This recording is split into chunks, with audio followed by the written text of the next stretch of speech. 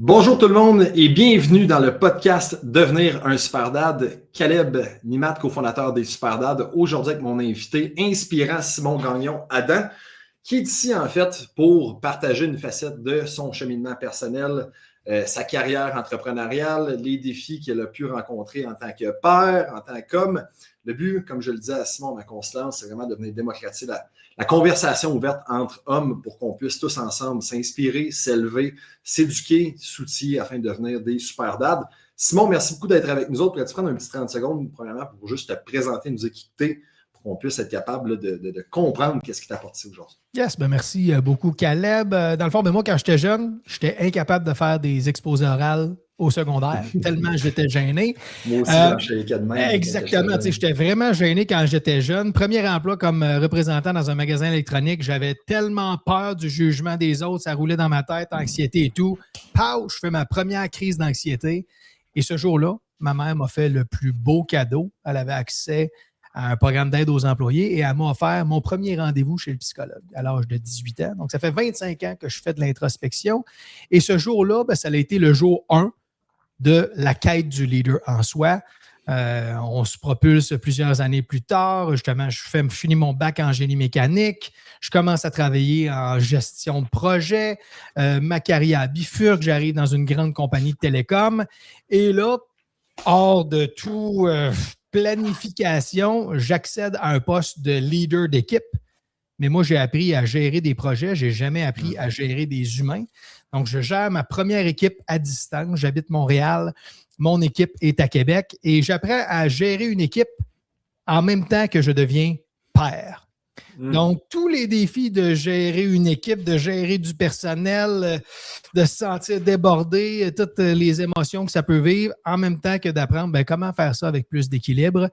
Et là, j'ai géré une première équipe, une deuxième équipe, une troisième équipe, toujours en allant chercher des outils, du support, du coaching, justement de la thérapie, des formations pour toujours m'aider à traverser, transcender les défis que je devais traverser dans mon rôle de leader et dans mon rôle de père. J'ai ensuite eu accès à des rôles de directeur régional. Donc, j'accompagnais des leaders d'équipe qui faisaient partie de mon équipe. Et là, je me suis rendu compte de quelque chose de merveilleux.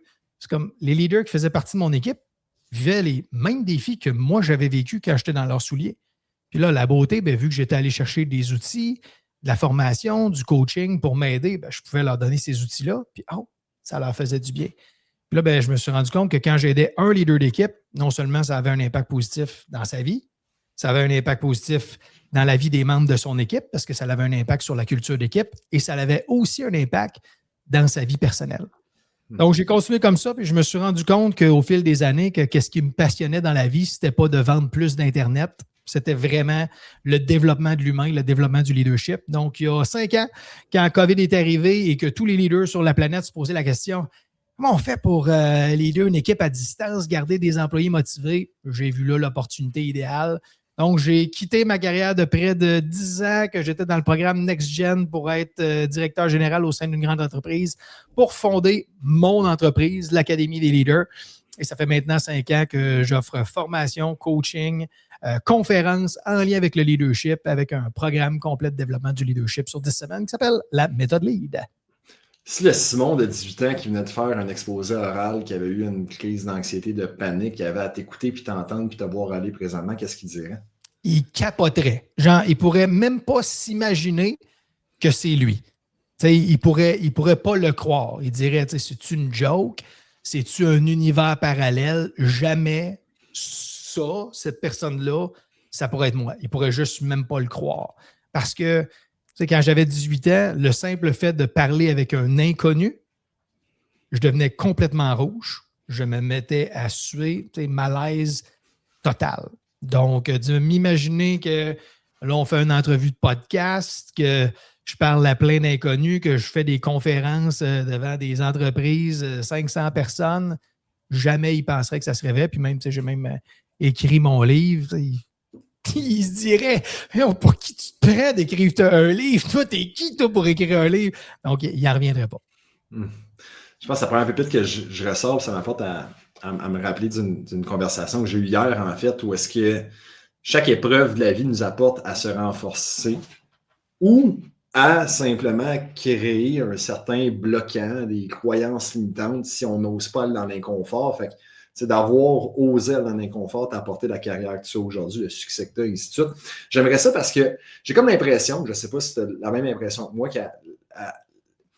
dès qu'on demande à une personne de se présenter, c'est quasiment comme si on va mettre de l'avant les valeurs qui, pour nous, sont super importantes. Puis là, je ne suis pas en train de sauter à la conclusion, te parler de ta carrière entrepreneuriale, ta carrière, puis c'est qu'est-ce qui te définit en tant qu'humain ou c'est qu'est-ce qui est le plus important pour toi. Mais moi, je crois réellement, au fond de moi, qu'on est défini par les expériences personnelles qu'on vit dans les autres, dans toutes les sphères de notre vie. Puis je serais curieux, en fait, d'en apprendre davantage sur le Simon que tu étais avant même de rentrer en génie, avant même d'avoir ta crise d'anxiété, dans ton upbringing, parce que moi, ça m'a vraiment formé en tant qu'homme, puis ça m'a apporté à lancer des super dads, puis les problèmes que j'ai vécu avec mon père, puis ma situation familiale, personnelle. J'aimerais ça savoir à quoi ressemblait en fait ton upbringing, les défis potentiels que tu as rencontrés dans ta jeunesse, dans ton adolescence, et ainsi de suite, puis peut-être même de nous parler un peu de la relation que tu as avec tes parents. 100%. Ben merci d'ouvrir la conversation. Puis, comme tu disais, quand on se présente, on va mettre de l'avant nos valeurs et tout. Puis c'est pour ça qu'entre autres, j'ai commencé en parlant de ma crise d'anxiété, d'aller voir un psychologue, puis de parler de l'équilibre travail-vie personnelle, parce que ça, c'est vraiment dans les choses qui sont importantes pour moi puis qui font partie de ma mission. Et si on recule un peu plus loin, qu'est-ce qui a amené jusqu'à là? Moi, quand j'étais jeune, je regarde ma relation avec mes parents. Moi, mon père était entrepreneur. Travaillait fort, il était syndic de faillite à Québec, le syndic sympathique de Québec. Fait que mon père, il avait un certain succès, mais ça venait avec l'inconvénient qu'il était souvent pas présent à la maison. Donc, il y avait ça. Puis, avec les années, il y a eu des moments un petit peu plus difficiles. Qu'il y avait de la boisson et tout. Puis, mon père, lui, ses mots d'amour, c'était de nous appeler les conoches. Entre autres. Fait que prends le mot con, puis tu fais juste rajouter une petite affaire à la fin pour que ça sonne comme cute. Fait que, c'est ça. Fait que, des petits mots comme ça, des petites claques en arrière de la tête, mais juste en joke. Tout. Donc, fait que tout ça, ça l'a fait que, moi, chez moi, dans mon enfance, dans ma propre maison, je me sentais un peu pas dévalorisé, je me sentais dévalorisé, un peu humilié, un peu intimidé. J'ai vécu le même genre de choses qui se transposaient justement à l'école. Fait qu'un peu cette intimidation-là a fait que je me sentais pas bien dans ma peau. Et qui est arrivé à mon rendez-vous chez le psychologue, la psychologue m'a posé la question, OK, pourquoi tu penses que tu es ici? Je dis, je pense que je viens ici parce que je manque de confiance en moi. Puis là, après lui avoir tout expliqué, OK, pourquoi? Puis là, justement, je lui ai parlé de la relation avec mon père et tout. Puis à la fin de la première rencontre, elle a dit, Simon, c'est pas que tu manques de confiance en toi, tu n'as aucune estime de toi. Donc, moi, c'était vraiment ça. Je voulais juste m'effacer le plus possible. J'étais au secondaire. Durant les pauses au secondaire, j'allais me cacher dans les toilettes pour être tout seul, exposé à personne, pas me faire juger, pas me faire critiquer, pas me faire humilier. Donc, mon enfance était beaucoup en lien avec ça. Vraiment la peur du jugement, la peur de me faire critiquer, peur de me faire juger. Fait que c'est ça qui a fait un peu créer cette prison-là qui se refermait dans mon esprit de plus en plus jusqu'au jour que là, peu importe ce que je faisais, ce que je pensais, que je disais, je ne pouvais plus me cacher. Puis c'est là que tout a pété. Et c'est là que j'ai eu la chance qu'à jeune âge, on m'a offert l'aide et que j'ai pris l'aide au jeune âge et que là, j'ai pu faire ce voyage-là à l'intérieur, de l'introspection puis de comprendre mes émotions, mes réactions. C'est vraiment tout à ton honneur, right? Parce que moi, ça m'a pris 2 ans avant d'être capable d'accepter l'aide qui m'avait été proposée lorsque j'avais des problèmes de santé mentale suite au décès de mon père. Puis moi, qu'est-ce qui m'avait apporté, en fait, à développer ce refoulement-là d'émotions à l'intérieur de moi, c'est parce que j'avais l'impression qu'à la maison, les émotions que je partageais, surtout avec mon père, n'étaient pas bien reçues. Je le dis souvent, là, mon père est immigré de la Roumanie, il est arrivé ici il avait 18 ans dans le but de sortir du régime communiste, puis de pouvoir vivre sous ses propres termes au Canada. Cool, super, mais encore, de la manière que lui avait reçu l'amour de son père, c'est un peu du même principe. Un père super rigide, super fort, super discipliné. this is how we do it. Un homme, c'est supposé être fort, ça ne braille pas, ça n'a pas d'émotion. Fait que moi, ça a créé un peu ce vide-là où est-ce que je n'avais pas la connexion émotionnelle avec mon père. Ouais. Même si on faisait d'autres aspects, mon père était, oui, il travaillait beaucoup, il n'était pas super présent à la maison. Quand il l'était, on avait du fun, mais il manquait cette connexion-là. Puis moi également, j'ai développé des blessures qui m'ont apporté beaucoup de problèmes en termes de... J'avais pas d'estime non plus. Mm-hmm. Là, j'avais... Tu sais, puis on parlerait de la différence entre l'estime et la confiance, mais j'avais aucune estime, une confiance surnaturelle. Mm-hmm. Ben, c'était ma seule manière, en fait, de créer un équilibre, de compenser pour être capable d'avoir une figure, un front-facing qui paraissait fort, mais ça provenait, en fait, de la relation que j'avais avec mon père. Est-ce que la relation que tu as eu avec ton père t'a apporté, en fait, ce manque d'estime-là en toi? Oui, c'est vraiment ça. C'est la manière, justement, qu'il interagissait, de la manière qu'il nous traitait, donner des petits surnoms condescendants, whatever. Quand on avait des défis, il disait « Ah, on n'est pas des faibles ». Il ne disait pas exactement ce mot-là, mais disons que c'est ça qu'il voulait dire. Là, mais il disait « Ah, on n'est pas des faibles ». C'est pour ça que de montrer d'être toujours fort. Ma mère, je l'adore, ma mère est là, elle a un grand cœur, toujours là pour aider. Puis disons que je partageais des défis, par exemple que je me faisais intimider à l'école et tout. C'était comme, voyons, c'est pas si pire que ça. Voyons, t'es capable. C'était difficile de pouvoir avoir des conversations puis de se sentir vraiment juste écouté, sans jugement, par rapport à ce que je vivais, ce que je ressentais, l'émotion qui était là. Je pense que c'est aussi culturel. On n'a jamais vraiment appris dans les anciennes générations à pouvoir nommer les émotions puis comment qu'ils soient bien reçus et écoutés. C'est ça la beauté de comme quand j'ai eu mes premiers rendez-vous avec un psychologue, de pouvoir goûter à ça. Justement, d'avoir une personne qui t'écoute sans jugement. J'étais comme, wow, ça fait donc bien du bien. Puis justement, pour le parallèle avec mon père, puis ce que j'ai vécu puis ce que j'ai appris grâce à cette relation-là avec mon père, au fil des différentes relations, des rencontres de coaching, l'introspection, il y a plusieurs choses que j'ai mis en place. Même à une certaine époque, je me suis éloigné de mon père parce que de la manière qu'il interagissait avec moi, ça venait juste trop me chercher, trop sentir des manques de respect. Fait que j'ai dû prendre un pas de recul à une certaine époque, prendre mes distances. Mais dans mon cheminement, là où a été ma libération, c'est le jour que j'ai pardonné mon père.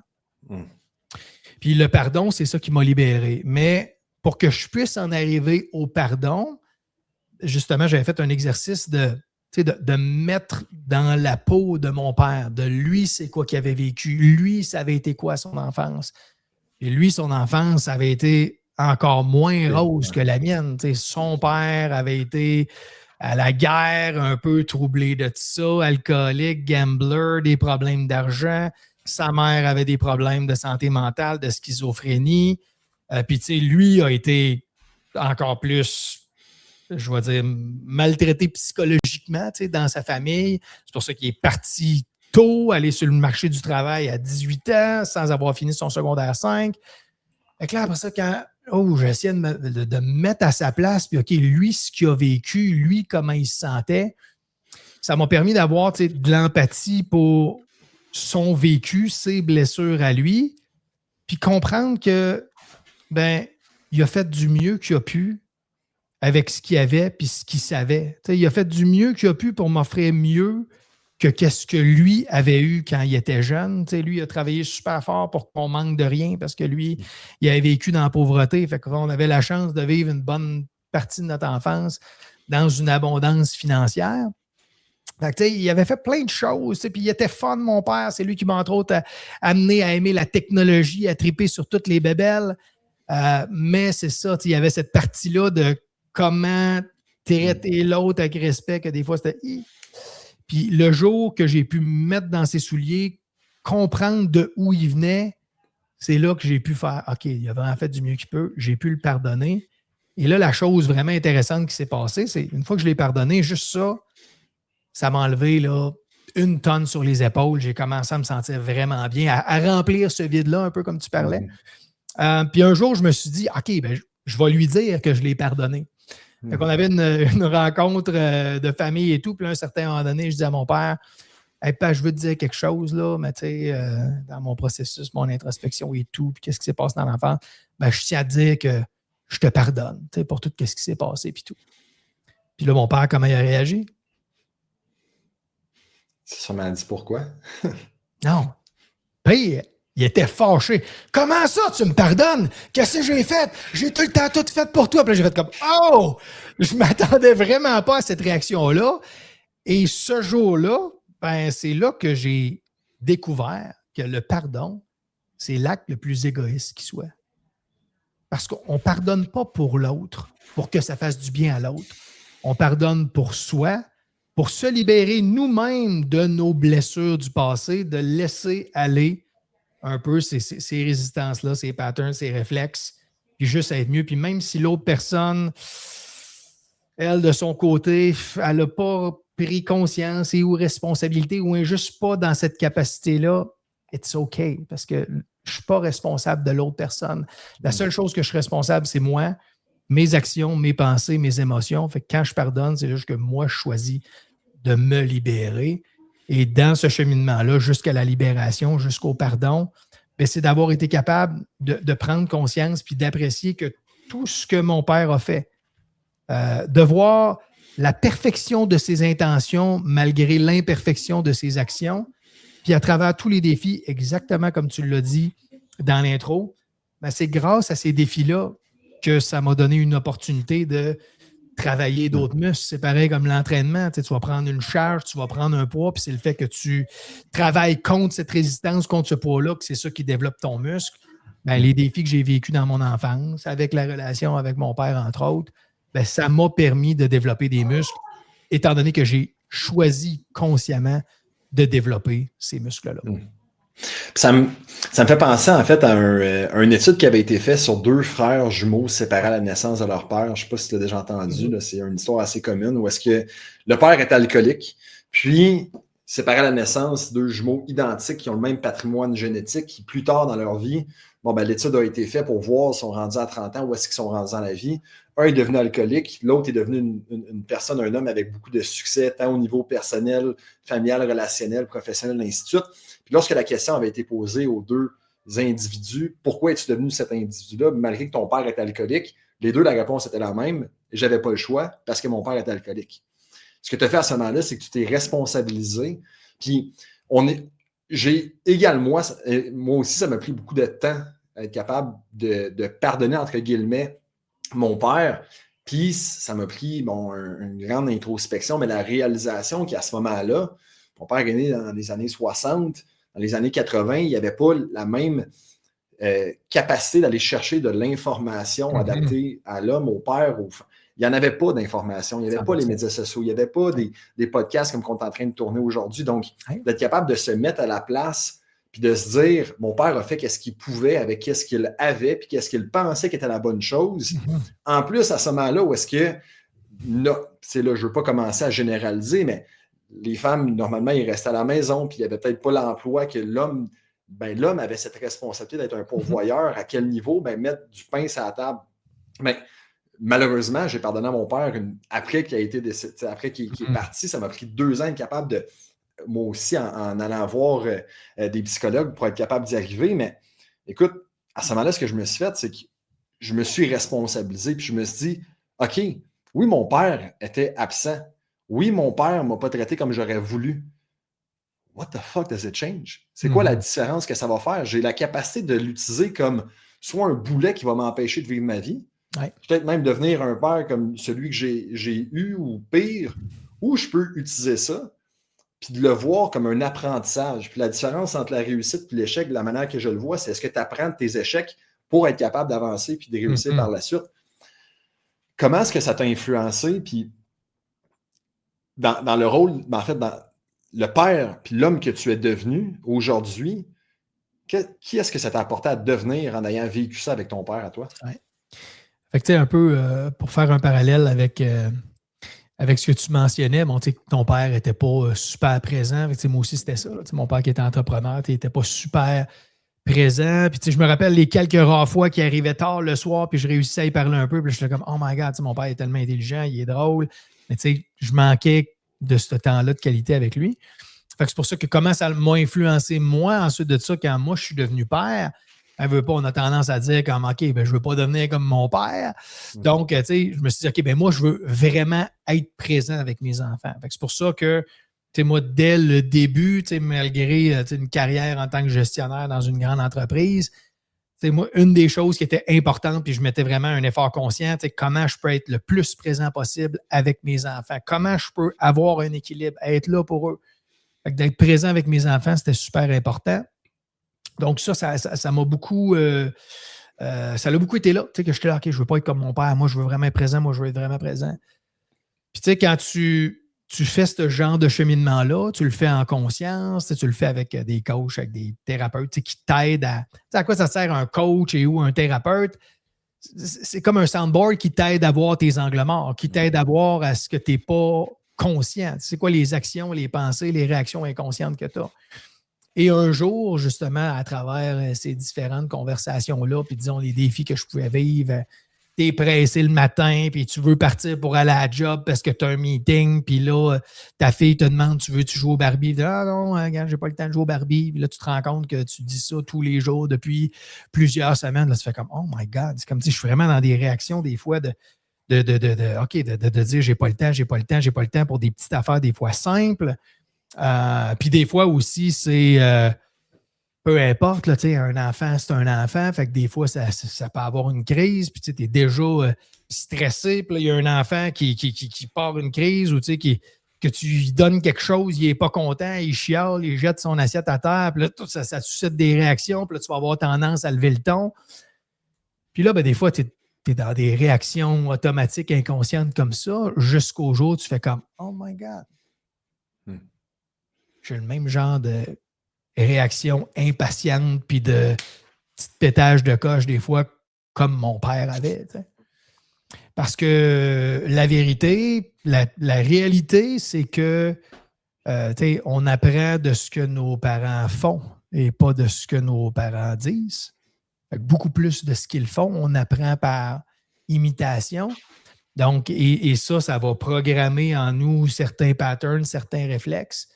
Là, là, le jour que tu t'en rends compte, tu fais comme OK, finalement, je suis plus comme mon père que je l'aurais voulu. Pour des affaires que je ne suis pas super fier. T'sais, encore une fois, à travers ces prises de conscience-là, parce que comme je dis dans mes programmes de formation, quand j'accompagne des leaders, il n'y a pas de changement sans prise de conscience. Ça prend la prise de conscience en premier pour pouvoir avoir un changement. Puis une fois que tu as la prise de conscience, OK, tu as fait une erreur. OK, tu te rends compte que tu as des patterns, tu as des habitudes qui ne sont pas super bonnes. Bien, souvent, on peut avoir tendance à tomber dans le dark side. Au lieu de choisir la responsabilisation, la responsabilité, on va inconsciemment choisir la culpabilité. Puis la culpabilité, bien, ça aussi, souvent, ça va être quelque chose qu'on va avoir appris un peu de notre enfance, mais quand on reste dans la culpabilité puis juste à se taper sa tête, bien, ça ne nous aidera pas à faire la chose qui est en notre pouvoir, en notre contrôle, bien, prendre nos responsabilités. OK, ça, c'est arrivé. OK, I fucked up. OK, j'ai fait une erreur. Bien, la beauté de la vie, là, c'est que tout est organique. Quand on prend conscience qu'on a fait une erreur, on prend conscience qu'il y a un comportement qu'on aime moins, qui a un impact négatif sur nos enfants, sur notre famille, sur notre équipe, sur nous-mêmes, on peut toujours choisir, OK, qu'est-ce que je choisis de faire à partir de maintenant? Puis c'est de commencer par un premier pas, le premier pas du changement. Puis le changement, ben, c'est la chose la plus difficile à faire pour l'être humain. Fait qu'il faut juste être compatissant envers soi-même, se laisser le temps de faire le changement.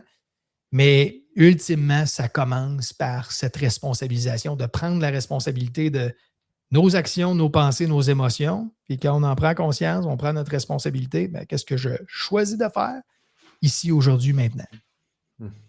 Puis on vit dans une société aujourd'hui où est-ce que, moi je le vois comme une société transactionnelle, beaucoup axée en fait sur la récompense à court terme. Puis c'est pas nécessairement quelque chose qu'on veut, mais qu'on a appris à vouloir puis à avoir quasiment besoin avec les médias sociaux, avec les Uber Eats, avec les Tinder de ce jour, avec tout ce qui est plus facile. Puis je serais curieux en fait de t'entendre sur pourquoi, de ton expérience, de ton point de vue, avec des leaders, peut-être même des leaders masculins, de qu'est-ce qui est soit la plus grande erreur, le plus grand défi qui empêche certains leaders masculins à venir avoir cette prise de conscience-là et par la suite se responsabiliser? Je pense qu'à la base, il y a 95% de nos actions, de nos décisions qui sont inconscientes. À la base, là, la majorité de ce qu'on fait dans une journée, c'est de manière inconsciente, c'est de manière habitudinale, fait que des habitudes qui ont été programmées en nous depuis notre enfance ou qui se sont développées de notre enfance jusqu'à maintenant. Puis une fois que c'est une habitude, c'est un programme automatique inconscient. Fait que tout ça pour dire qu'à la base, la majorité de nos comportements, on est inconscient. Puis on est inconscient jusqu'à ce qu'on puisse avoir la chance, le privilège d'avoir une prise de conscience. Et tu parlais de gratification instantanée, mais gratification instantanée, entre autres, c'est comme ça que notre cerveau il fonctionne. Notre cerveau, un peu, c'est ça, la gratification instantanée, des petites doses de dopamine. Et l'autre grand problème de notre société moderne présentement, c'est qu'on est juste totalement inconscient de c'est quoi qui amplifie ce craving-là, justement, de gratification instantanée. Entre autres, notre cerveau, dès qu'il va voir quelque chose de nouveau, dès qu'il va voir quelque chose d'imprévisible, c'est plus fort que nous. Là, notre cerveau, il doit aller voir. C'est une question de survie. C'est comme ça que notre cerveau a été programmé à travers des centaines de milliers d'années d'évolution pour nous aider à survivre. C'est comme ça que notre cerveau il fonctionne. Ça marchait bien quand on était dans la nature, qu'on se promenait, qu'on allait cueillir des petits fruits, on allait à la chasse une fois de temps en temps, puis c'est comme « Oh, il y a un son spécial. Oh, c'est peut-être un lion. Je vais checker. OK, on est safe. Finalement, c'était juste le vent dans les branches. OK, it's OK. On recommence à cueillir nos petits bleuets. » Et là, le problème, c'est que notre cerveau, la vieille machine vieille de 200 000 ans, c'est exactement cette même machine-là, mais aujourd'hui, dans notre monde moderne, qui est maintenant surstimulé, surexposé à plein de stimuli comme ça, imprévisibles et nouveaux, et que chaque fois qu'on est exposé à ça, notre cerveau, là, c'est plus fort que lui, il faut qu'il aille voir. Puis quand il va voir c'est quoi le stimuli, on a une petite dose de dopamine qui est sécrétée dans notre cerveau, et là, on devient addicted à ces petites doses de dopamine-là. Fait que sans le savoir, un de nos plus gros dealers de drogue, c'est notre cellulaire. Parce que par défaut, toutes les compagnies de toutes les applications mettent toutes les notifications à on sur notre cellulaire. Et là, toutes ces notifications-là, qu'est-ce qu'ils font? C'est dès qu'il y a une notification qui pop, hop, tu entends le son, hop, ton cellulaire vibre, hop, ton écran il flash, que c'est plus fort que toi. Si ça flash, ton corps, il veut aller regarder. Puis quand tu vas regarder, tu te sens mieux. Fait que ça, c'est un des plus grands problèmes, puis que ce soit dans n'importe quelle sphère de notre vie, là, que ce soit quelqu'un qui date, qui est sur Tinder, tu vas aller dater, puis là, c'est comme, oh my God, j'ai-tu un like? Oh, c'est qui le like? Les notifications de. C'est la même chose si tu es un leader d'équipe puis que tu as plein de membres de ton équipe qui t'envoient des messages sur Teams, sur courriel, des téléphones, tu as des notifications partout. Fait que tout ça, cet environnement technologique de surstimulation fait que sans le savoir, on devient complètement addicted à aller passer d'une notification à l'autre, d'un message à l'autre. Et c'est ça qui fait qu'on devient dans un mode ultra réactif. Parce qu'on est juste completely addicted à ces doses de dopamine-là. Et la beauté, c'est le jour que tu en prends conscience, c'est là que tu peux faire des choix différents. Tu peux choisir de désactiver tes différentes notifications. Moi, c'est la deuxième vidéo dans mon programme de 10 semaines, c'est ça. Parce que c'est ça qui change littéralement une vie. Parce que non seulement tu gagnes du focus, ça réduit ton stress, puis ça permet que, OK, là ensuite, tu peux choisir c'est quoi tu veux vraiment faire au lieu de te sentir débordé parce que tu as l'impression que tout est urgent et important. Donc, je pense que la clé, c'est de prendre justement, et ça prend les prises de conscience, mais souvent, pour avoir ces prises de conscience-là, ça prend de l'aide externe. Puis ça prend de l'aide externe, soit des amis, qu'on a la chance que ce soit des amis bienveillants, qui sont capables de nous donner du feedback constructif d'une manière qu'on ne sera pas à la défensive. Donc, ça, c'est très rare. Et l'autre façon, c'est justement d'aller chercher des professionnels, que ce soit un coach, que ce soit un psychologue, que ce soit une formation, mais d'aller chercher justement du support externe qui va t'aider à avoir des prises de conscience. Parce que si tu ne vas pas chercher pour quelque chose ou quelqu'un qui va t'aider à avoir une prise de conscience, un poisson, là, il ne sait pas que de l'eau existe. Jusqu'à temps que quelqu'un le sort de l'eau, puis oh my God, OK, c'est là-dedans que je suis tout le temps. Je ne savais pas que ça existait de l'eau. C'est la même chose. Fait que ça nous prend ces aides externes qui vont nous aider à nous voir de l'extérieur et à avoir ces prises de conscience. Puis des fois, il s'agit juste de sortir de son environnement typique. Tu sais, je ne sais pas si, en fait, c'est sûr, c'est dans le développement personnel, tu as fait des conférences, ainsi de suite. Tu rentres dans une conférence. La première conférence que je suis allé voir, c'était une conférence de Tony Robbins à Ottawa. Tu sors de ton environnement, tu n'es pas dans une pièce, il te fait bouger, il te fait sauter. Tout le monde a le même mindset, tout le monde ferme son téléphone, tout le monde est là pour la même raison. Puis qu'est-ce que ça fait? C'est que ça t'apporte à avancer, à progresser tellement plus vite.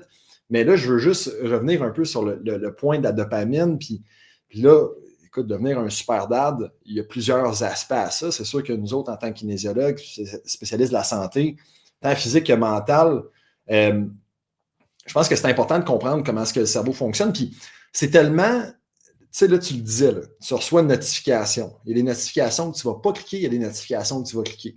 Puis les méthodes de ce monde, les YouTube, les TikTok de ce monde, leur plus gros budget est sur l'analyse psychologique de la réaction humaine aux notifications. À qu'est-ce qui va vendre? À qu'est-ce qui va attirer des clics? À qu'est-ce qui va t'apporter à passer plus de temps sur les médias sociaux?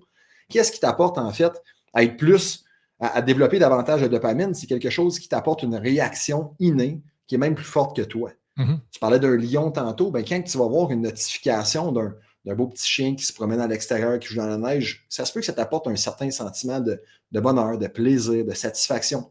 Mais quel sentiment est-ce que ça va t'apporter de voir un crime qui est arrivé, de voir une manifestation, de voir n'importe quelle chose qui arrive au niveau de la politique?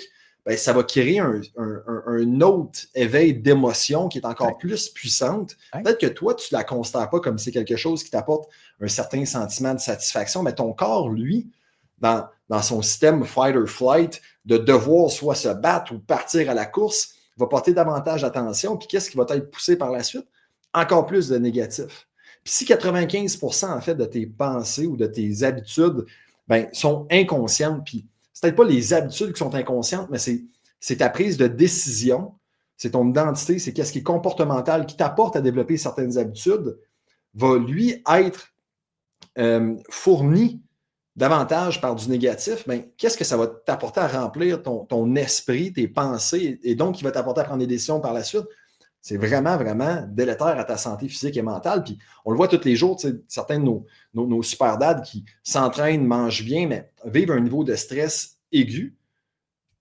Mais en fait, vivent un niveau de stress chronique, puis parce que ça fait des années qu'ils sont stressés, exact.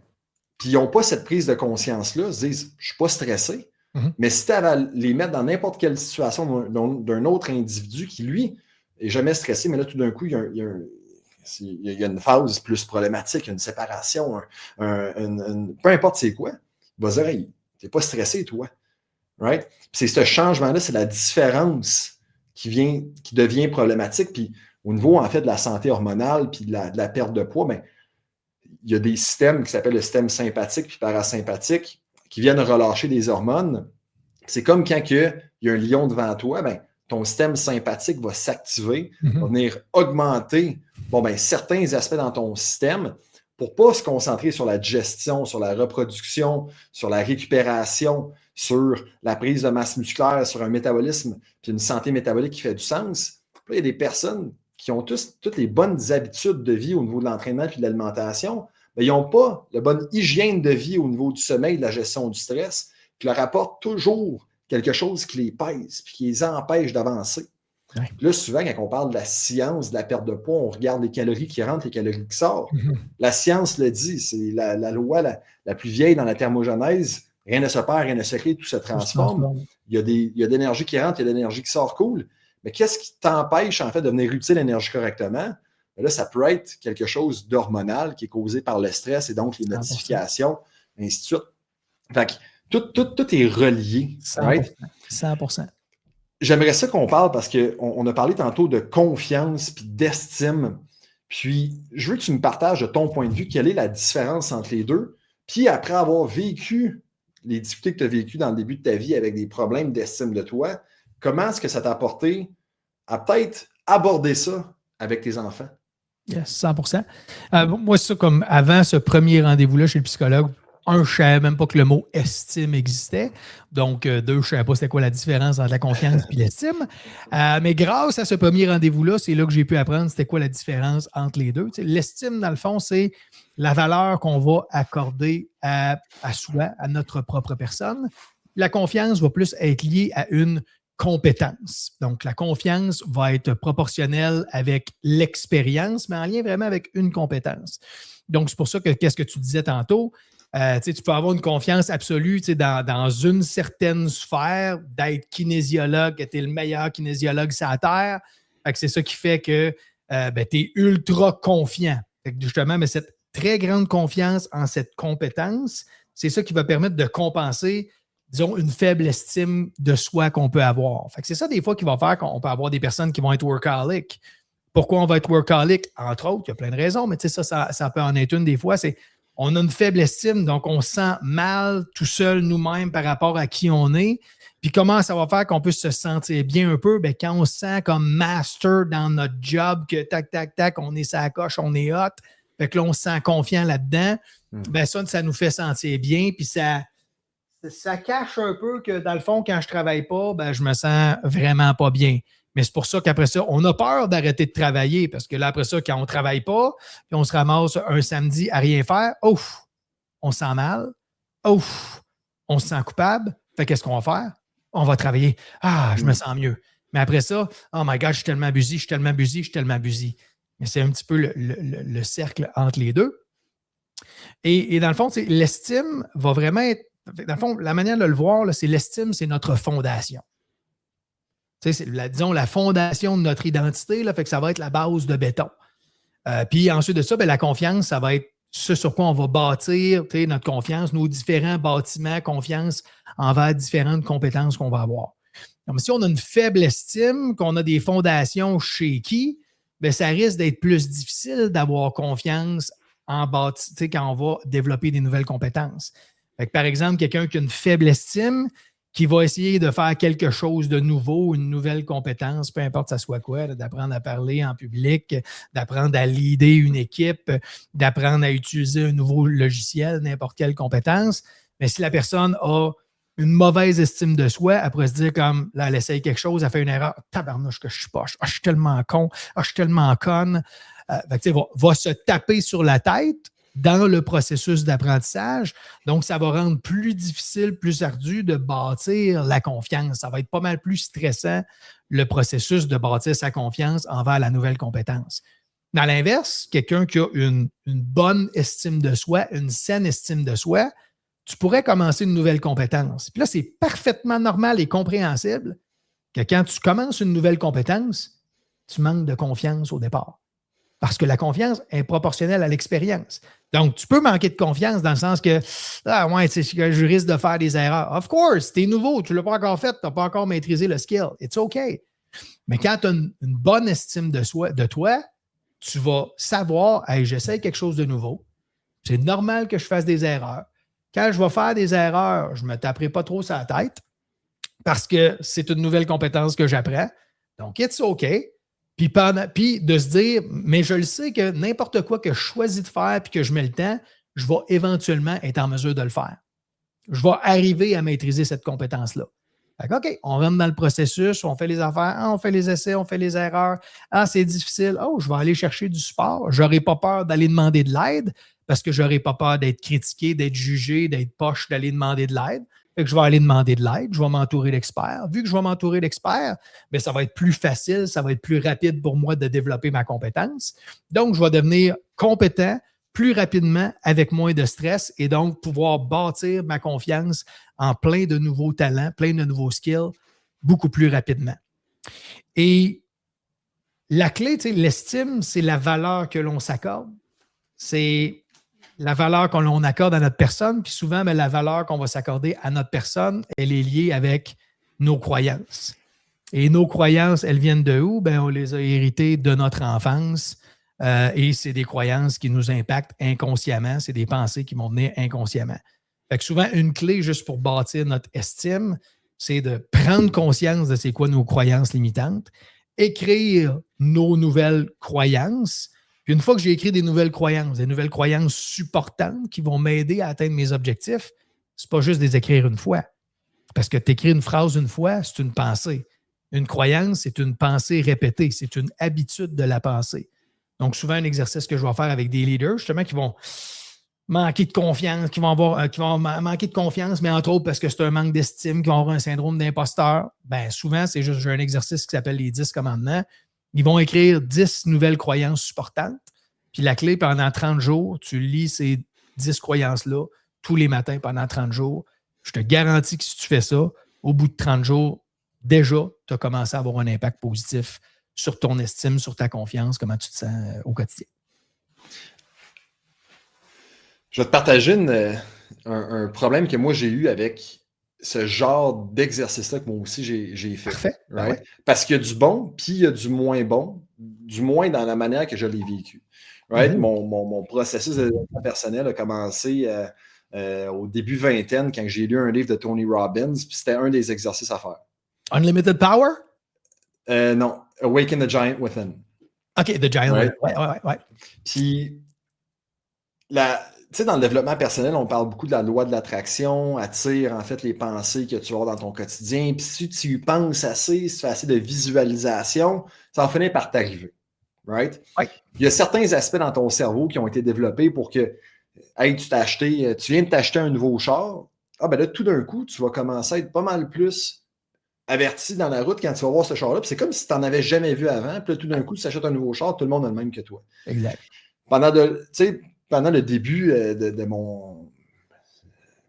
ma fameuse introspection puis le développement personnel, ben ça, c'était quelque chose que je faisais. J'avais de la gratitude, je remplissais dans mon journal mes croyances, pourquoi est-ce que j'ai de la gratitude, puis ça allait bien. Puis là, à un certain point, je commençais à me dire, OK, cool, je me projette tellement dans ma vision du succès, dans la vision de la personne que j'aspire devenir, que j'ai commencé à créer à l'intérieur de moi un sentiment comme si je n'étais pas assez parce que je n'avais pas assez.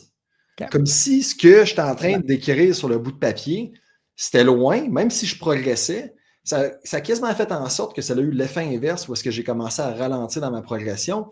Ça, c'est souvent quelque chose. Là, j'ai eu de la difficulté. Après ça, j'ai arrêté de faire ça. J'ai recommencé, j'ai arrêté, ainsi de suite. Puis souvent, c'est ça le problème. Puis même à nos super dads, c'est quelque chose qu'on leur fait faire. Un vision board, il faut que tu aies des objectifs. Mais des fois, il y a des personnes qui vont comme voir la montagne tellement haute que ça va apporter l'effet inverse de ne pas les motiver, mais les démotiver. Parce que cette montagne-là est tellement grande qu'ils ne se concentrent même pas dessus le premier pas. Puis on en voit souvent des personnes en développement personnel qui font juste dire « Regarde-toi dans le miroir, dis-toi que tu es beau, que tu es bon, que tu es belle, que tu es capable, puis tu vas y arriver. » Finalement, les actions ne suivent pas. Les bottines ne suivent pas les babines. Comment passer par-dessus ça? Comment être capable de développer une genre de dynamique qui est saine, l'entre-deux, le juste milieu, pour, oui, développer des nouvelles croyances, mais pas non plus vivre dans « je ne suis pas assez bon, je ne suis pas rendu où est-ce que je veux l'être ». 100%. Puis, c'est tellement une bonne question. Puis il est là le nerf de la guerre de le développement personnel, que ça se passe bien puis que ça accélère versus ça stagne puis qu'on reste plus dans la culpabilité puis la honte. Premièrement, quand on fait l'exercice de croyance, chose super importante à savoir, c'est justement comment notre cerveau fonctionne. Notre cerveau ne fait pas la différence entre le passé, le présent, le futur. Et notre cerveau ne comprend pas la négation. La négation, oui. Fait que souvent, quand on va écrire nos croyances, on va faire 2 erreurs. Par défaut, là, la majorité des gens, on va faire ces 2 erreurs-là quand on va écrire nos croyances la première fois. Première chose, on va écrire ce qu'on ne veut pas. Je ne veux plus avoir peur de parler en public. Je ne veux plus me faire abuser par les membres, par mes collègues. Je veux plus jamais me faire manquer de respect par mon boss. Fait que les gens vont écrire ce qu'ils ne veulent pas. Puis OK, c'est bon, c'est un premier pas, mais ils écrivent ce qu'ils ne veulent pas. Mais le problème, c'est si je te dis « pense pas à un éléphant rose », à quoi tu penses? La première chose qui me vient à l'esprit, c'est l'éléphant rose. Exact, parce que le cerveau ne comprend pas la négation. Tu lui dis quelque chose, il fait juste enlever le pas, puis c'est ça qu'il voit. Et donc, c'est ça qu'il focus. Donc, c'est pour ça que la première règle, c'est justement d'écrire tout au positif. Si tu ne veux plus avoir peur de parler en public, ben, ta croyance, c'est « je me sens à l'aise de parler en public ». Tu vas juste l'écrire au positif. Si tu ne veux plus qu'on te manque de respect, ben, tu vas juste dire « je suis capable de mettre mes limites, de mettre des limites saines dans mes relations ». Fait que vraiment, tu vas le mettre au positif. Fait que comme ça, là, ton cerveau, il va savoir quoi regarder. Deuxième affaire, l'autre erreur qu'on va faire, OK, je veux gagner 1 million. T'sais, souvent, un entrepreneur, ça va être ça, je veux gagner 1 million. Mais tu sais, n'importe quoi, n'importe quel objectif qu'on peut voir plus loin, perte de poids, je veux perdre 10 livres, je veux perdre 50 livres, n'importe quel objectif que tu vas te mettre dans le futur. Ben, le problème, c'est dans nos croyances, si on écrit nos croyances au futur, je vais trouver l'amour, je vais perdre du poids, je vais être en santé. Le seul problème, le problème fondamental dès que tu écris cette phrase-là et que tu la lis et la relis, c'est à chaque jour, tu te dis que tu n'es pas ça. Fait que comment tu vas pouvoir le devenir? Si à chaque jour, tu répètes, mais tu ne l'es pas. Quand est-ce que ça va être le jour que tu vas l'être? Notre cerveau ne fait pas la différence entre le passé, le présent et le futur. Donc, c'est pour ça qu'il faut que tu écrives tes croyances au présent. Je suis entouré d'amour. J'ai un poids santé. Je prends soin de moi. Fait qu'il faut que tu écrives tes croyances au présent parce que ton cerveau, il faut que tu crées le nouveau chemin neuronal, que cette pensée-là, ça devienne sa nouvelle autoroute qui pense tellement souvent que finalement, c'est ça qu'il croit. Puis tes croyances vont impacter directement tes actions par la suite. Donc, c'est pour ça que tu veux écrire tes croyances au présent. Et la dernière chose, c'est que tu veux les écrire au jeu. Parce que l'autre affaire, c'est que les personnes ne me manquent plus de respect, qu'il y ait de la justice dans le monde. OK, non, la clé, c'est quoi qui est en mon pouvoir, c'est quoi qui est en mon contrôle. On se rappelle ce qu'on a parlé tantôt de la responsabilisation, la responsabilité. Fait que ça doit être des statements au je. Je, au présent et au positif. Fait que ça va permettre à notre cerveau de s'habituer à une nouvelle réalité, puis de se le répéter, puis c'est pareil comme, là, il commence à neiger, là, il commence à avoir de la neige. Ben, s'il vient d'avoir une grosse bordée de neige, une tempête de neige, puis il y a 30 cm de neige par terre, la première fois que tu vas aller marcher dans un chemin, puis tu vas faire la trail la première fois, ben, tu vas avoir de la neige dans tes bottes. Parce que là, tu vas faire les premiers trous. Fait que là, ça va être inconfortable, tu vas avoir de la neige dans les bottes, ça va être froid, ça va être tout trempe. Mais là, si tu marches une deuxième fois, une troisième fois, une quatrième fois, une 10e fois, une 15e fois, une 20e fois, ben, maintenant, ça va faire une belle trail. Puis là, quand tu vas marcher là, c'est comme « Oh my God! » Là, je me sens bien. Ça va bien. C'est naturel. Ben, faux, présent, je, positif. C'est ça qui permet de créer cette nouvelle trail-là. Et l'autre point fondamental, l'autre élément marquant que c'est grâce à Tony Robbins que j'ai pu apprendre cet élément marquant-là, tu sais, nos chemins neuronaux, ils vont se créer de deux façons. Répétition et intensité émotionnelle. Fait que souvent, le problème, OK, on va répéter des phrases, mais on ne le croit pas parce qu'on ne le ressent pas. Et la clé pour que ça marche, c'est qu'il faut vivre une émotion pendant qu'on le vit. C'est ça qui va aider à créer le nouveau chemin neuronal le plus vite possible. Fait que c'est pour ça qu'avec des pratiques comme tu ressens de la gratitude, tu ressens de la fierté, tu ressens ces émotions-là, c'est ça qui va aider à ancrer les croyances. Moi, j'ai fait une formation en programmation neurolinguistique. Tu sais, qu'est-ce que Tony Robbins a fait aussi un peu au début. Et puis, entre autres, moi, où j'avais découvert ça, puis le pouvoir de ça, s'il y avait un exercice qui s'appelait l'ancrage. Dans le fond, l'ancrage, qu'est-ce qui nous amenait, c'est de visualiser un cercle et là, de visualiser, OK, une situation qu'on a vécue dans notre passé, qu'on a vécu une émotion, peu importe laquelle, que ce soit une situation qu'on a vécu la gratitude, une situation qu'on a vécu la fierté, une situation qu'on a vécu l'amour, qu'on a ressenti l'amour, peu importe l'émotion, une situation que tu l'as déjà vécue. Puis là, dans le fond, OK, tu penses ça, OK, ouais, l'amour, OK, avec telle personne, OK, ouais, j'ai ressenti l'amour tellement fort, parfait. OK, bien quand je rentre dans le cercle, je visualise cette situation-là avec mes 5 sens. C'est quoi que je voyais, c'est quoi que j'entendais, c'est quoi que je touchais, c'est quoi que je ressentais pour vraiment que mon cerveau aussi, il ne fait pas la différence entre une situation qui arrive réellement et une situation qui est imaginée. Donc, la clé, je peux fermer les yeux, j'imagine la scène avec les 5 sens pour que je vive l'émotion. Et là, ben, c'est ça la beauté de la vie. Vu que notre cerveau ne fait pas la différence entre une situation réelle et imaginée, je suis capable de m'auto-induire n'importe quelle émotion right now. J'ai juste à l'avoir vécu une seule fois dans ma vie. Je me rappelle cet événement-là, que je ramène ici dans le présent, que je vis cette émotion-là.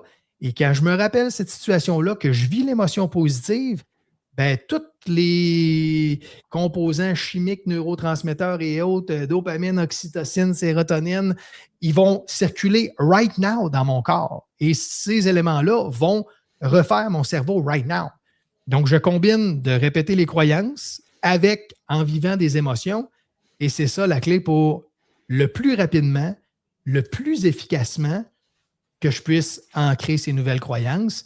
Dans le processus, ben, ça se peut que j'en écrive une coupe, puis je me rende compte après 30 jours, hey, telle croyance, là, finalement, il ne m'aide pas, whatever. OK.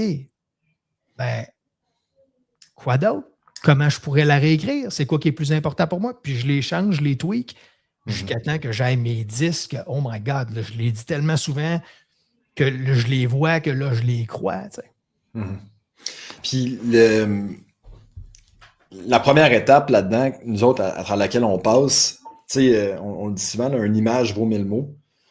De commencer à marquer 10 croyances sur un bout de papier, ça peut nous prendre bien du temps, puis on le sait, qu'est-ce qui se passe quand ça n'avance pas, on a le syndrome de la page blanche, ben on va juste arrêter, on va procrastiner, on va ressortir notre téléphone cellulaire parce que sa fameuse notification est allumée. Ben oui, exact. De mettre des images, en fait, de ce que tu veux, de qui tu aspires devenir. Puis une chose qui m'a aussi aidé, puis qui a aidé plusieurs de nos super dads, c'est de le rapporter, en fait, dans le concret.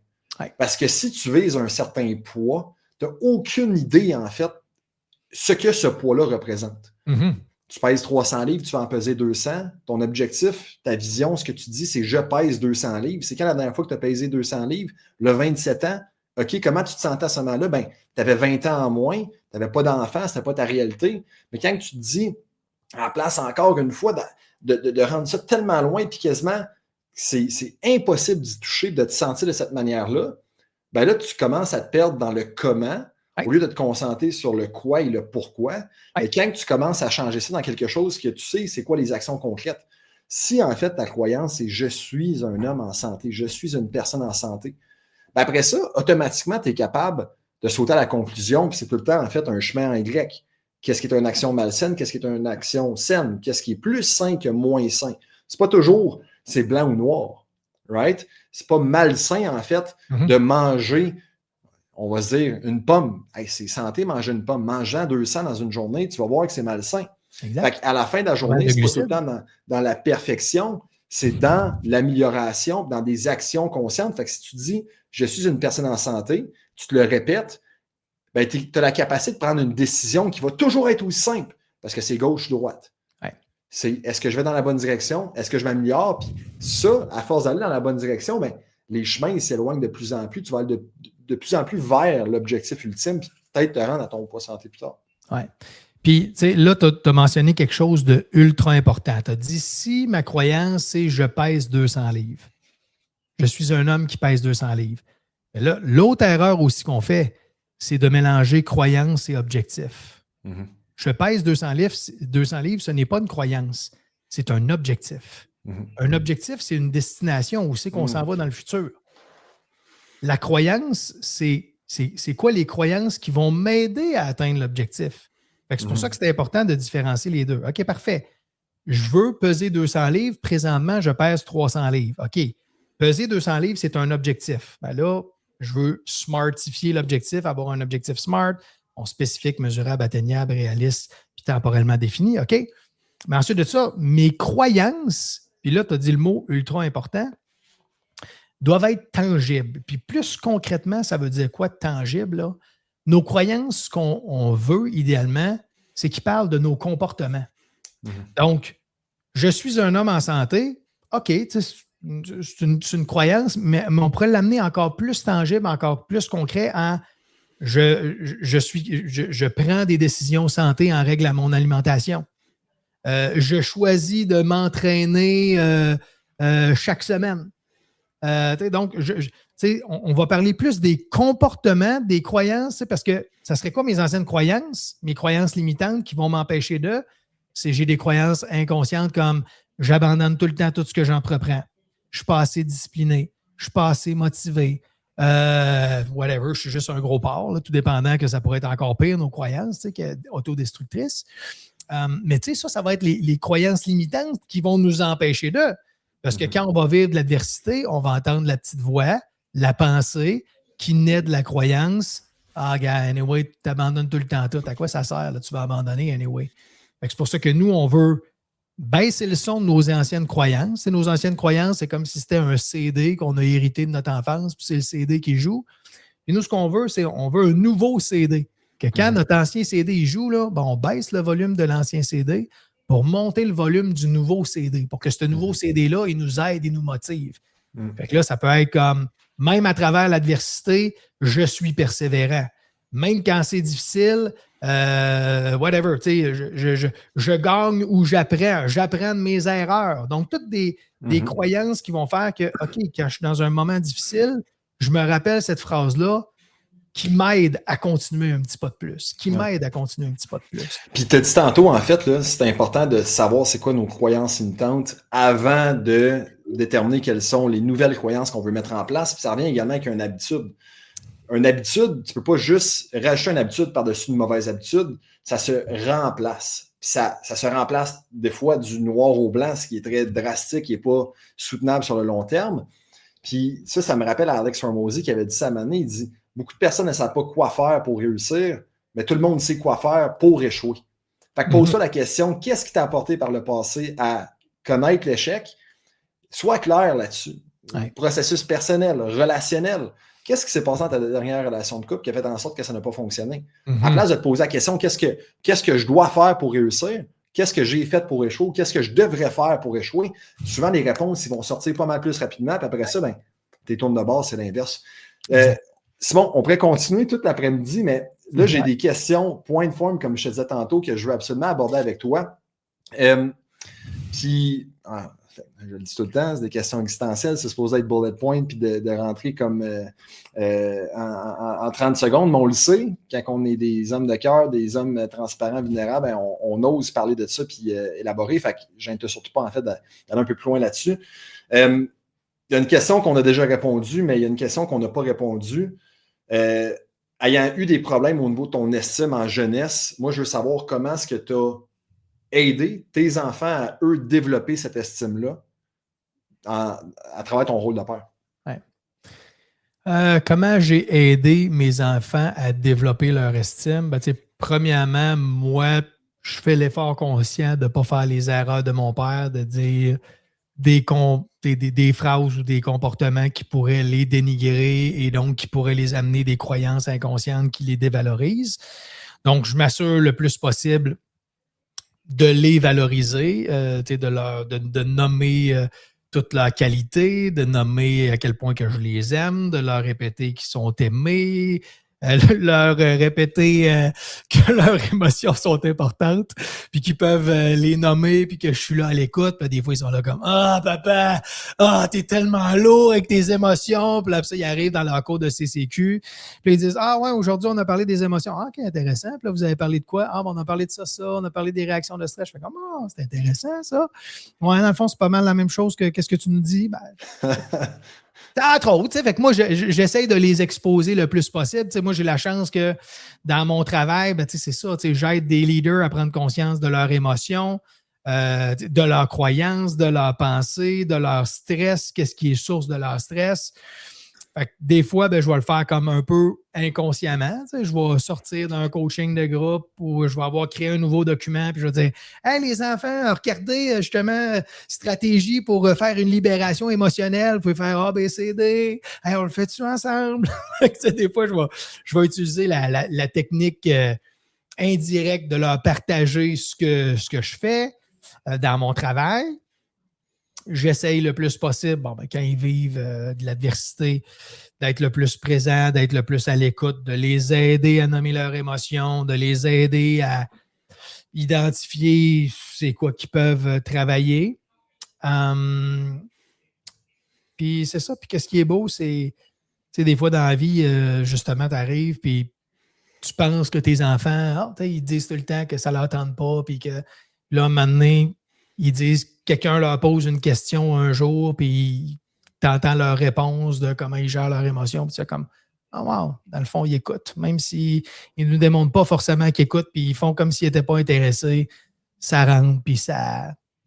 C'est ça. Ça fait son petit bout de chemin comme une petite graine qui a été plantée. Quel est le plus grand défi que tu as rencontré en tant que père, puis qu'est-ce que ça t'a appris? Le plus grand défi que j'ai rencontré en tant que père, c'est quand j'ai pris la décision la plus difficile de ma vie de me séparer de la mère de mes enfants. Donc, à ce moment-là, je prenais la décision de ne plus être 100% du temps avec mes enfants.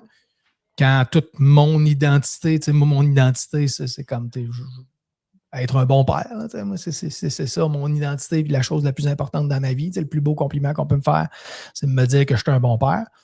Fait que là, de prendre cette décision-là et là, de choisir d'être séparé de mes enfants 50% du temps, c'était probablement la chose la plus difficile.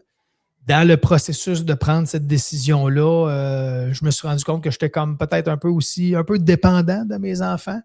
Il était tellement important pour moi, c'était tellement une priorité qu'il y a plein de sphères de ma vie que je dépriorisais juste pour être avec mes enfants.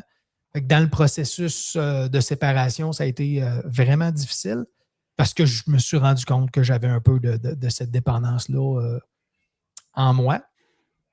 Et ce travail-là de faire la chose la plus difficile ever, puis de rebâtir une relation différemment avec mes enfants, parce qu'au lieu d'être présent 100% du temps physiquement avec mes enfants, mais d'être présent à 50% dans ma tête, de choisir l'inverse, d'être présent physiquement 50% du temps avec mes enfants, mais quand je suis là, d'être plus proche de 100% psychologiquement, puis de créer une relation différente, même quand on est à distance, de comment garder ce lien-là à distance. Finalement, je suis tellement heureux. Mon fils, il faudrait que je regarde mon Snapchat, là, mais je pense qu'on est à une snap-flamme de 250. Là, ça fait 250 jours consécutifs qu'on s'envoie une photo tous les jours. Fait que, ça, parce que là, ça m'a permis de bâtir. Mes enfants vont grandir. Je n'habiterai pas tous les jours avec mes enfants. Un jour, ils vont partir en appartement. Ben, le fait que j'ai déjà bâti cette relation-là avec eux, autant quand je suis présent avec eux que quand je suis à distance, ben ça va pouvoir me servir toute ma vie dans ma relation avec eux. Là. C'est une question, en fait, de qualité de temps plus que de quantité. 100%. Ouais?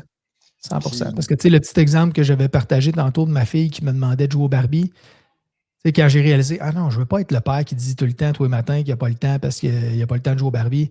Ce jour-là, j'ai pris la décision, OK, quand ma fille me demande de jouer au Barbie, je vais prendre 5 minutes pour jouer au Barbie avec elle. Puis on met un chrono, mais 5 minutes que je suis avec elle.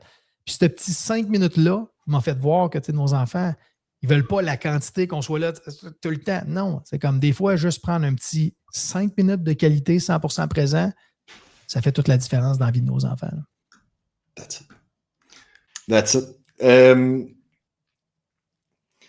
Ça, c'est une question, en fait, là, que j'utilise beaucoup avec mes super dads qui sont comme dans un creux de vague, puis qui perdent le focus, puis qui perdent la vue, puis qui voient la montagne plus grande qu'elle est réellement, ou qui se concentrent tellement, en fait, sur une sphère qui, des fois, est la sphère physique, d'autres. Je les apporte, en fait, à take a step back. Je te pose la question, comment souhaites-tu que tes enfants se rappellent de toi après ton décès? Comment je veux qu'ils se rappellent de moi après mon décès, c'est la première phrase que j'ai marquée à la première page de mon livre, qui est « Je dédie ce livre à mes enfants, William et Lily-Rose. Je vous aime inconditionnellement depuis votre premier moment, maintenant et jusqu'à la fin des temps. » Fait que je veux que mes enfants sachent maintenant et après mon départ qu'ils ont été aimés inconditionnellement juste pour exister sans qu'ils fassent quoi que ce soit. Puis là, j'ai envie de. Là, je deviens émotif juste de le dire. Là. Fait que,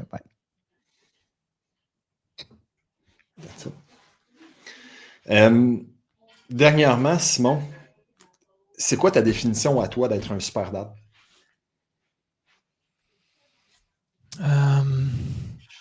Ma définition à moi de c'est quoi être un super dad. Je pense un peu pour résumer tout un peu les choses qu'on a mentionnées. D'être présent, mais pas dans la quantité, d'être tout le temps présent. C'est quand tu es présent, tu es vraiment présent psychologiquement. Tu n'es pas juste à faire un sel sur un sel, puis tout, puis tu es vraiment présent. D'être à l'écoute de tes enfants. C'est quoi juste ce qu'ils veulent parler, puis c'est quoi leurs besoins. Là. Des fois, ils ont besoin d'aide d'une petite affaire, puis juste de leur offrir cette petite aide-là, où tu sais qu'il y a une chose qui est importante pour eux, qui pourrait réaliser un rêve. C'est comme mon fils, il trippe basketball, ben, à sa fête, qui était il y a une semaine, ben, je l'ai amené 24 heures à Boston, aller voir une game des Celtics contre les Lakers avec LeBron James. Juste comme pour que ça soit un moment marquant, mémorable, qui va se souvenir toute sa vie. Donc, je veux créer ces moments, ces opportunités-là mémorables qui vont se rappeler toute leur vie. C'est pour ça qu'hier, on a booké notre voyage pour aller au Costa Rica du 4 au 11 janvier, qu'on est allé exactement à la même place. En plus, c'est très drôle. Ouais. Mais d'être présent, même si ce n'est pas 100% du temps, que quand on est présent, make it count. D'avoir du fun, à faire des petites choses, à jouer à des petits jeux de société, à écouter un film, à s'entraîner ensemble. J'aime ça, dans le fond, de leur montrer le bon exemple. Dans le fond, d'incarner c'est quoi qu'on veut qu'ils fassent. Ben, moi, je veux prendre soin de moi, je veux m'entraîner de moi, ben, je veux transférer ces valeurs-là avec mes enfants. Fait qu'entre autres, je m'entraîne chez moi, puis j'invite mes enfants à s'entraîner avec moi. On s'entraîne ensemble, on a du fun, on cuisine ensemble. Fait que leur partager ces valeurs-là, mais pas juste en leur disant de faire des choses, en moi-même les faisant pour les inspirer à eux, ben, prendre soin de eux, puis eux faire leur choix qu'ils vont aimer, puis les accepter, puis les aimer inconditionnellement à travers qui ils sont dans leur force, leur faiblesse et leur choix. Merci Simon de t'être ouvert, un grand livre ouvert, de nous avoir partagé une facette de ta vie, de ta personne, de tes apprentissages, puis de m'avoir inspiré moi, de m'avoir aidé à, ultimement, je ne suis pas encore père, ça s'en vient, mais c'est un peu un projet égoïste que j'ai là, de devenir les super dads, c'est que je me prépare, it's in the works down the road. Je veux absolument en fait devenir le meilleur père. Je pense que je me mets beaucoup de pression. Puis d'en apprendre des gens comme toi qui sont passionnés, qui sont passionnants, ben, non seulement est-ce que ça va aider plusieurs personnes dans notre écosystème, mais ça peut m'aider, tant mieux. Dernièrement, si quelqu'un en fait veut en apprendre davantage sur toi, qu'est-ce que tu fais? Qu'est-ce que tu peux peut-être faire pour eux? Où est-ce qu'ils peuvent aller te fouiller, te searcher puis te suivre? Yes. Ben, les médias sociaux, Facebook, Instagram, Simon Gagnon-Adam. Je suis très présent, je partage plein de petits trucs, je partage des enregistrements, des petits extraits de mes coachings, des petites pépites qui peuvent aider. Moi, je veux aider le plus possible. Donc, sur les médias sociaux, je partage beaucoup de contenu gratuit. academytheleader.com, c'est là qu'on peut voir un peu toute ma philosophie du leadership, d'autres outils gratuits, puis les différentes formations que j'offre, des formations en entreprise pour une équipe de gestionnaires, programme de 10 semaines, la méthode LEAD, des programmes pour monsieur, madame, tout le monde, n'importe quel professionnel qui veut travailler son leadership de soi, donc gestion du temps et communication et intelligence émotionnelle. J'ai ça aussi, des conférences en entreprise. Donc, academyleader.com, c'est là qu'on voit l'éventail de tout produit et service que je peux aider. Et j'ai aussi mon livre, Epic Leadership, disponible, tu tapes ça, Epic Leadership, disponible sur Amazon, sur Renaud Bré et les autres librairies comme ça. Et ça me fait plaisir. Puis aussi, je suis très disponible aussi, là, quelqu'un qui est sur les médias sociaux. Ajoutez-moi, peut m'envoyer des petits messages. Puis ça me fait toujours plaisir de répondre, de pouvoir connecter aux gens, de les guider vers une ressource qui pourrait avoir un impact positif dans leur vie. That's it. Merci encore une fois, Simon. Puis je vous invite à être inspiré, en fait, par le parcours de Simon, ses défis, ça peut vous aider à prendre conscience, à vous débarrasser de vos anciennes croyances limitantes, à passer à l'action comme il a pu le faire, d'aller peut-être même chercher de l'aide si vous en avez besoin. C'est vraiment l'objectif du podcast. Donc, sur ce, on se revoit dans un prochain épisode. Yes. Merci, Caleb.